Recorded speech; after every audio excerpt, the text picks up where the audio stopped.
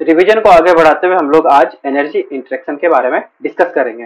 Work तो work is said to be done by the system if the sole effect of the things external to the system can be reduce in raising of weight, या weight may be not actually be rest, ये भी हो सकता है, जिसके लिए हम लोग साइन कन्वेंशन कंसिडर करते हैं कि अगर work done by the system है तो पॉजिटिव हम लोग कंसिडर करेंगे, अगर work done on the system है तो नेगेटिव कंसिडर करेंगे। उसी प्रकार जब हीट के बारे में डिस्कस करेंगे तो हिट ऑन द सिस्टम होगा तो क्या हो जाएगा, वो पॉजिटिव हो जाएगा, जबकि हिट बाय द सिस्टम होगा तो क्या हो जाएगा, वो नेगेटिव हो जाएगा। तो ये केस किसके लिए हो जाएगा, हिट के केस में हो जाएगा, जबकि अभी हम लोग स्टडी कर रहे हैं वर्क को लेकर। अगर हम बात करें पॉइंट टू बी रिमेंबर का, तो work is a path function, जैसा कि वर्क और हिट क्या है, दोनों पाथ फंक्शन है।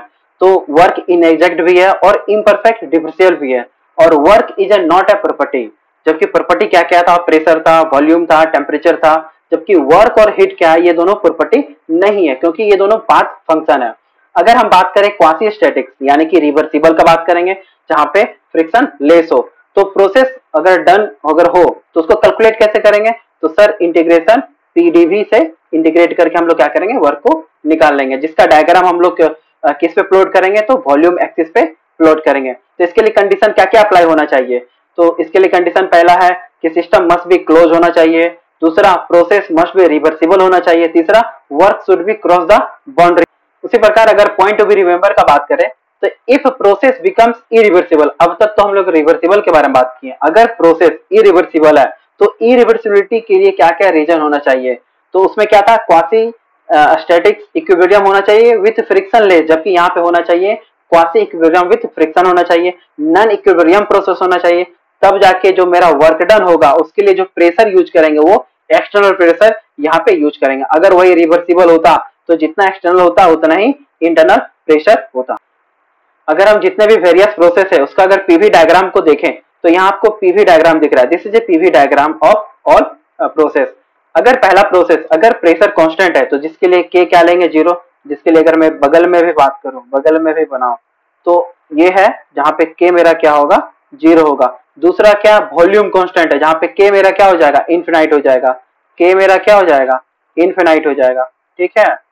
अगर मैं बात करूं टेम्परेचर कांस्टेंट यानी कि के मेरा क्या हो जाएगा, 1 हो जाएगा, तो उसके लिए ये ऐसा डायग्राम बनेगा, ठीक है, के इक्वल टू क्या हो जाएगा, 1।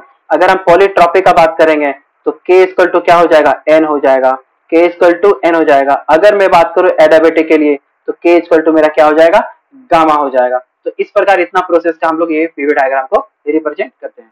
फिर हम लोग उसी का क्लोज सिस्टम का एक करके क्या करते हैं, वर्क निकालते हैं। अगर कांस्टेंट प्रेशर है तो उसके लिए वर्क मेरा क्या होगा, P V two minus V one, या टेम्परेचर के टर्म में हमको लिखना है तो T two minus T one लिखेंगे। अगर कांस्टेंट वॉल्यूम का बात करें तो मेरा वर्क यहाँ पे क्या होगा, 0 हो जाएगा। उसी प्रकार जब कांस्टेंट टेम्परेचर यानी कि दूसरा नाम इसको आइसोथर्मल कहेंगे, कांस्टेंट वॉल्यूम को आइसोकोरिक और आइसोबैरिक कहेंगे कांस्टेंट प्रेशर प्रोसेस को। तो जब हम कांस्टेंट टेम्परेचर का बात कर रहे हैं तो मेरे लिए वर्क हो जाएगा P1 V1। अगर प्रेशर के टर्म में लिखना है तो P1 P2 P1 bye P2। अगर इसी को वॉल्यूम के टर्म में लिखना है तो क्या करेंगे, P1 V1 lawn V2 minus V2 bye V1 होगा।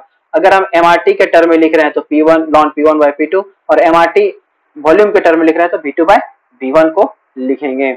अगर एडियाबेटिक प्रोसेस का बात करें तो इसके लिए मेरे वर्क जो होगा P1 V1 minus P2 V2 बटा गामा माइनस 1।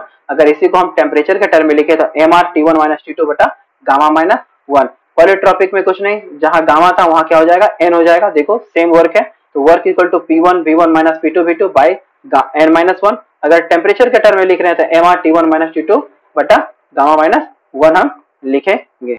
आगे आप देख रहे हैं पॉइंट ऑफ व्यू में दो ग्राफ बना हुआ है, एक ए और एक B.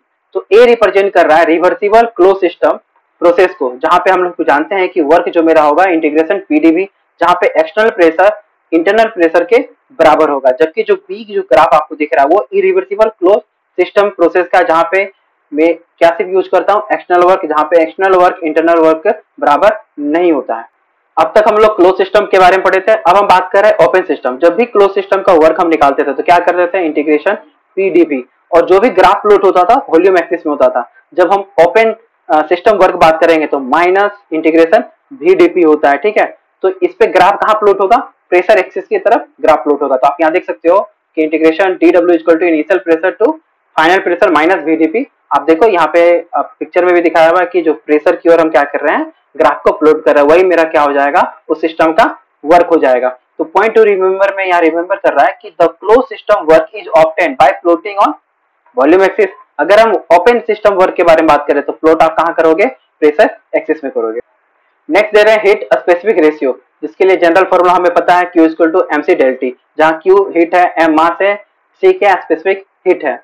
Heat flow out of a system is taken negative. अगर किसी भी सिस्टम से हीट बाहर की ओर जा रहा है तो आप नेगेटिव कंसीडर करेंगे, जबकि heat flow into the system हो तो पॉजिटिव, जैसा कि मैंने पहले बताया था वर्क के केस में, और जस्ट हीट के केस में जस्ट उसका रिवर्स यूज करेंगे। अगर मैं बात करूं हीट स्पेसिफिक रेशियो, जिसको गामा से लिखते हैं, तो gamma equal to CP by CV। एक मेयर इक्वेशन होता है R equal to CP minus CV। ये दो रिलेशन आपको याद रखना है, ठीक है। तो जहां पे gamma CP by CV, R जो है CP माइनस CV के रिलेशन में, जहां पे CP क्या है तो specific heat at constant pressure है, और CV क्या है तो specific heat at constant volume है। अगर हम एयर के लिए कंसीडर करें तो एयर के लिए मेरा गामा यानी कि एडियाबैटिक इंडेक्स क्या होगा 1.4, CP मेरा क्या होगा 1.008 किलो जूल पर केजी पर केल्विन, CV कितना होगा तो 0.728 किलो जूल पर केजी पर केल्विन, R मेरा कितना होगा तो 0.287 किलो जूल पर केजी पर केल्विन। एंड लास्ट वन, जिस तरह से पीवी डायग्राम हम लोग देखे थे उसी प्रकार TS डायग्राम है। n इक्वल टू 1 के लिए ग्राफ ये है, n equal to 0, n equal to infinity के लिए ग्राफ ये है।